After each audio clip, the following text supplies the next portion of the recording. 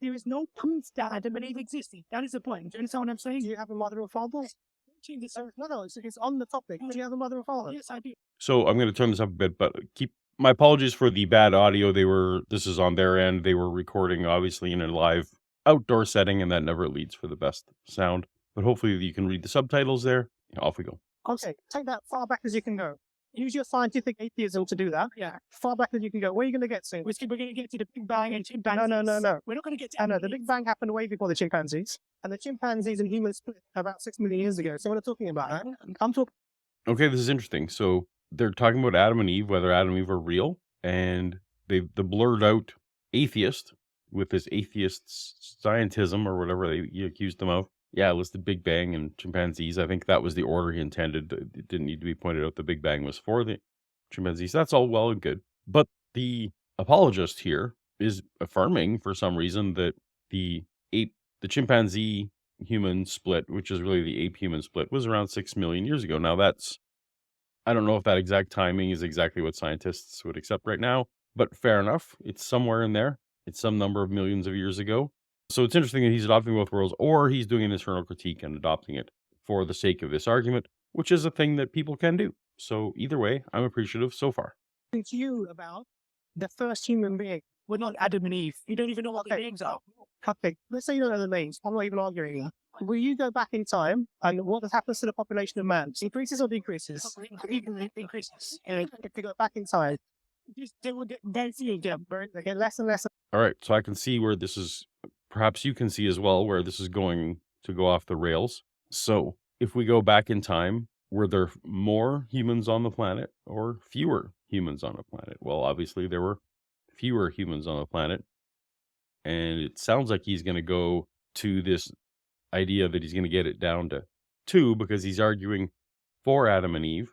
Now, my problem so much isn't with the apologetics in this video. It will become what the atheist defender of evolution is going to fall for and say that I'm hoping we can all actually learn from today, because early on, I would have said roughly the same thing before I understood evolution.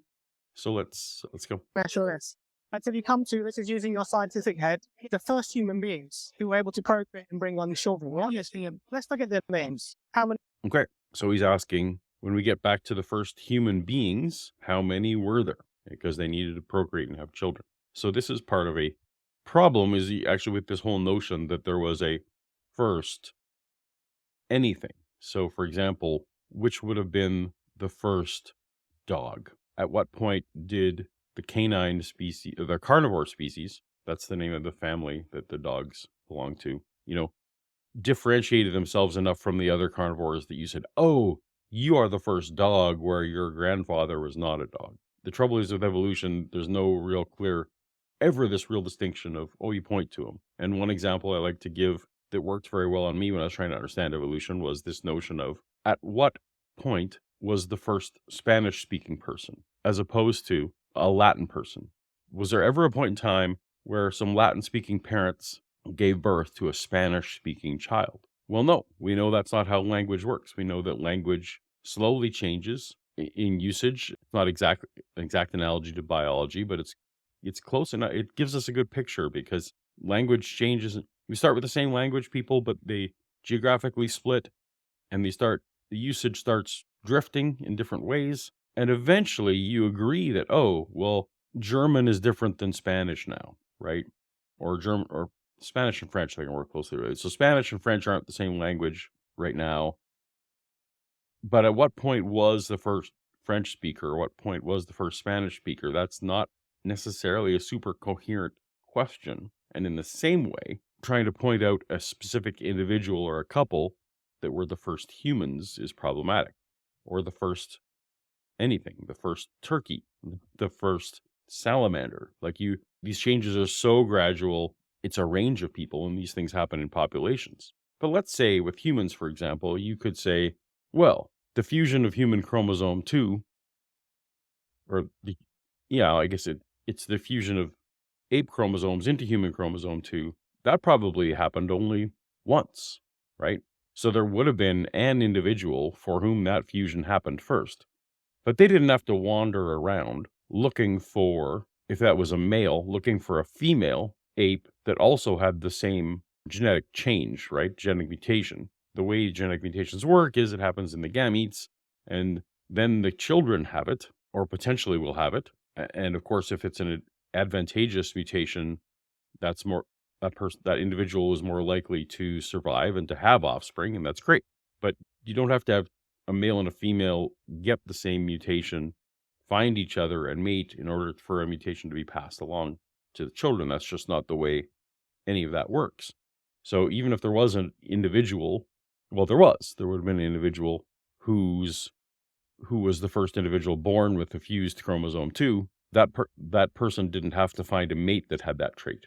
Their children would have passed on that trait. So this is just not a healthy way or an educated way to think about and speak about evolution. And unfortunately, the person whose face is blurred out here should have been able to answer in this more coherent way than to be confused by the sleight of hand in the language here. He was it.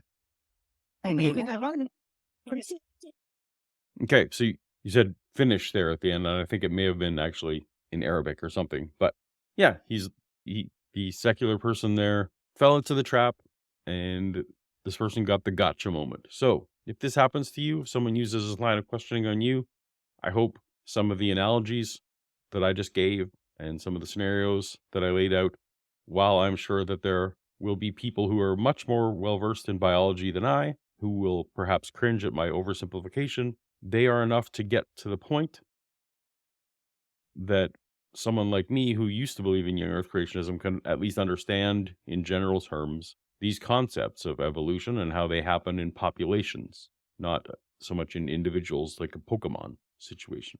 Anyway, so a fail to the secular person, and hopefully we all learn from that, though, and do better.